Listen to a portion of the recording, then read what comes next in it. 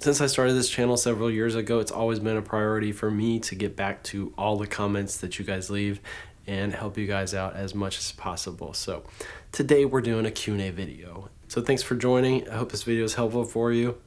Now let's get into it. All right, first question. Everyday Sounds 112 says, since you're recording in horizontal, what do you do when you post that on Instagram or TikTok in vertical format, essentially? So there's a lot of things you could do. So if you're going to zoom in and crop that video while you're shooting, it helps a lot to shoot a lot wider. So start your shots a lot further back, give yourself a lot more room to have options in the edit. Hopefully that makes sense. Also make sure to shoot in 4K because that'll keep the quality as good as possible. Next tip would be you can also do a lot of creative things like have 2 horizontal shots stacked or 3 even, showing several shots that are similar at the same time. That can be cool. But really, personally, I think if you are planning on doing a vertical video, it's probably going to be better to film in vertical. So if you're doing horizontal and vertical outputs, just film it twice. Especially if you're filming with a phone, it's super easy to just twist your phone and film both ways. And then you'll have lots of options in post.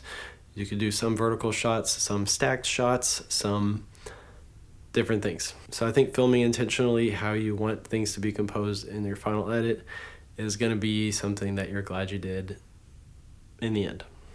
A couple tips for vertical that people I think often overlook are that a lot of time on like TikTok or Instagram Reels even, the bottom part of the screen is covered with text and stuff most of the time. Or there's all those little like icons for liking stuff and everything on TikTok that I think people need to pay a little bit more attention to while they're composing their shots. So you don't really want all your important stuff to be in the very bottom part of the screen. The top third is kind of your most important part that people can see the most, no matter what app they're on, no matter whatever little text things are on the screen while the video is playing. So it's just a random little tip, but always keep in mind the final goal of the video and what is going to help that look better there. And that's one of those things that I think most people overlook. Okay, I'm going to do a new way of finding the comments, so I just changed it to responses with new replies. So maybe these will be a little bit more interesting to more people because they've ended up making threads on my channel. All right, Specs702 says, do you just increase the speed to get smooth sped up motion? They're talking about speed ramping. So I just recently did a tutorial on that. Apparently it's a very popular topic. I will link the video up here that shows everything, and I'll also link the video that shows this particular edit in depth. But basically, if you don't know how to do speed ramps on any editing program, there's going to be a way to transition from one speed to the next speed, and the reason it's called speed ramp is because it makes a little curve shape that looks like a ramp. Usually I'll go from like 80% speed and gradually transition to like 2000% speed if it's really fast, or maybe like 800% speed if it's going to be like a quick jump from one part to another part. That's pretty much it. So I'll link those videos up here if you want to learn more about it. Next question is about my laptop and editing setup. For some reason that video's gotten some more traction recently, like a year after I made it. Maybe because they made a new model. But PoppyMac4579 says, thanks for this video. I have a 15-inch MacBook Pro from 2018. Things are slowing down, so it's time for an upgrade. Basically, they're asking if I'm happy with the 14-inch screen versus the new 16-inch screen, if it's enough room for editing. So for me personally, it's been great. The mobility factor has been totally worth it for me to sacrifice a little bit of screen size. If you travel a lot for work, like me, you know that every little inch of anything adds up, and having anything be smaller and lighter is really nice, as long as it still does its job. So having the 14-inch has worked really well, especially great for photo editing. It's totally fine. And for a while, I was just editing everything directly on the laptop, so photos and video, all sorts of different types of projects. But actually, over the last year, I did a few bigger editing projects where I was able to justify buying a monitor, which is right behind me. It's a 32-inch monitor, and getting that has been super big game changer for me. Having the room on your screen to have a bunch of stuff up if you want to, or just have a huge editing program open, or be able to watch your previews back huge in 4K. I think it's been a lot better for me as a creative person to have that extra room to be a little bit messy and then streamline things and work things down in your edit until you finally get done with it. So short answer is yes, it's been fine. Long answer is not exactly what I prefer. So yeah, hope that helps. All right, V1ZNS says, when do you hold the button and not hold the button? Talking about using a gimbal trigger.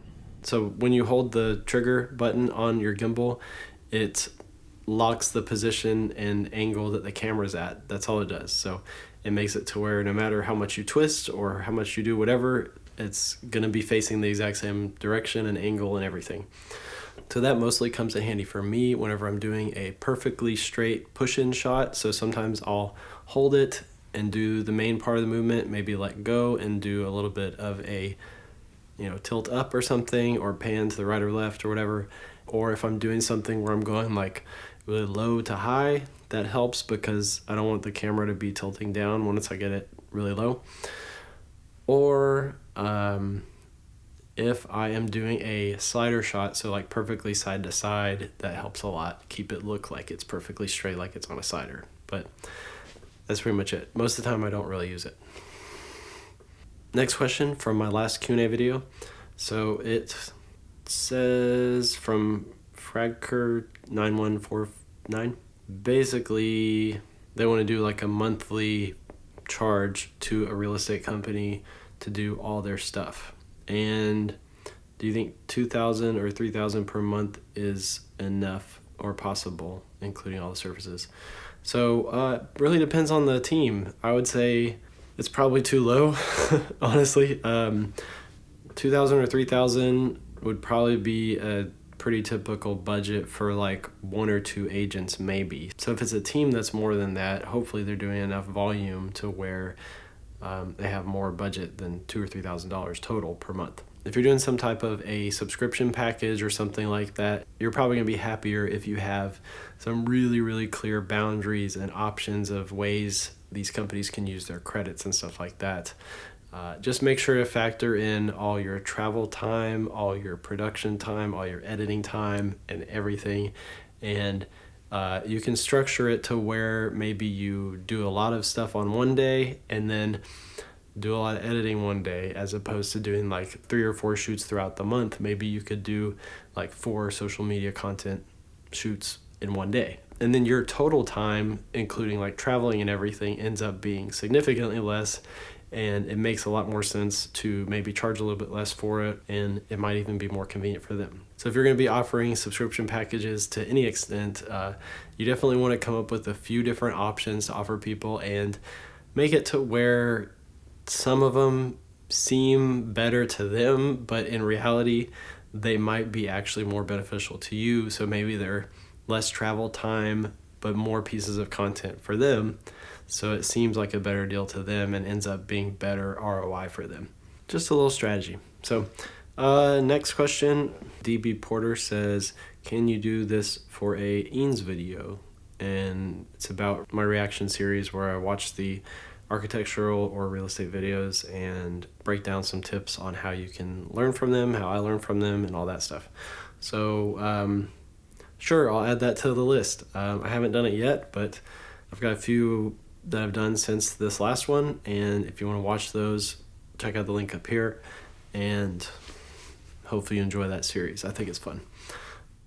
So that's it. Some of these questions are older, some of these are newer, but I think adding these into videos instead of just in my little comment thread is probably helpful for more of you guys, because nobody goes back on my videos and reads all the comments, as far as I know.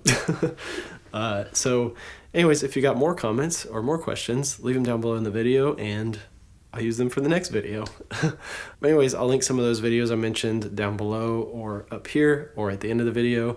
And I hope you guys are having a great day and look forward to seeing you in the next one. Peace.